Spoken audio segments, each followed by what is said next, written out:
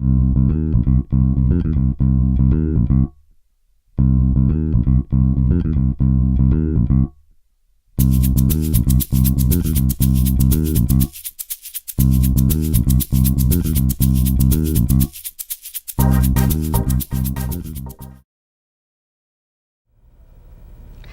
here today at the American Phytopathological Society meeting in Austin, Texas, and Matt and I were together about 3 weeks ago at the OFA meeting, and there was so much entertainment and everything going on in the trade show that we actually had to meet again so we could talk about my thoughts especially, but also some information from BioWorks on their biological control products. And one of the things that it just occurred to me is I've actually been working with BioWorks since we started Chase Horticultural Research in 1996. And Bill Foster came out to visit us, and I remember sitting around a big oak tree that we had in the area where the greenhouses were, and just talking to Bill about what we were going to try to do. And that was the beginning of working with BioWorks products, and it was a great beginning. At that point, we were working on root shield, so why don't we just start from that beginning and talk about what kinds of things that we've seen with root shield, what I've seen in working with the industry, what they're using it for, and then some things that only you really have access to, the broad group of people that are using root shield in the country on all the different types of products. Can you tell us, remind us basically of what the product is? What is root shield at this point? And then maybe we'll lead in when we get a chance into Root Shield Plus. So Root Shield is really our flagship product at BioWorks, what we first started with. It has been a product of ours for over 18 years now. And yet it still continues to gain favor with not just organic growers, but predominantly conventional growers because of its versatility and its longevity.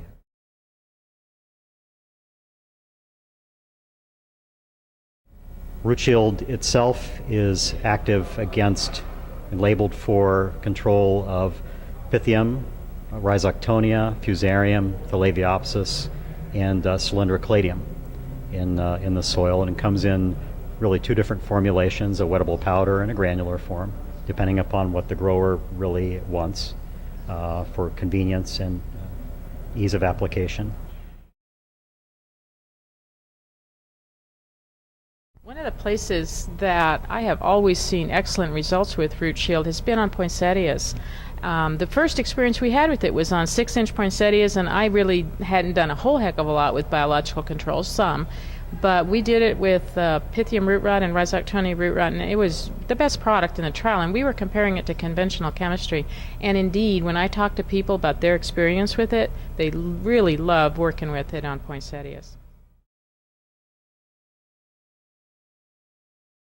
My experience with cease actually started with the company that developed it originally, and we had some really exciting results with that. It was the first time that I saw some good control of bacterial leaf spots, but then we looked at a lot of other things, and I was so glad that you guys got it. When you ended up with the marketing for the ornamental industry, I was thrilled because I really have been very pleased at how BioWorks is involved with our industry, and not just trying to sell us something but not support us. So why don't you, if you don't mind, tell us a little bit about how you guys envision using cease in ornamental production or vegetables, whatever it is. Cease itself is a Bacillus subtilis QST 713 product, along with components of its fermentation that are still kept in the formulation. Sometimes with coppers and other foliar materials, they're compatible, can be used to effectively manage bacterial diseases on the foliage, as well as to help also control foliar fungal diseases.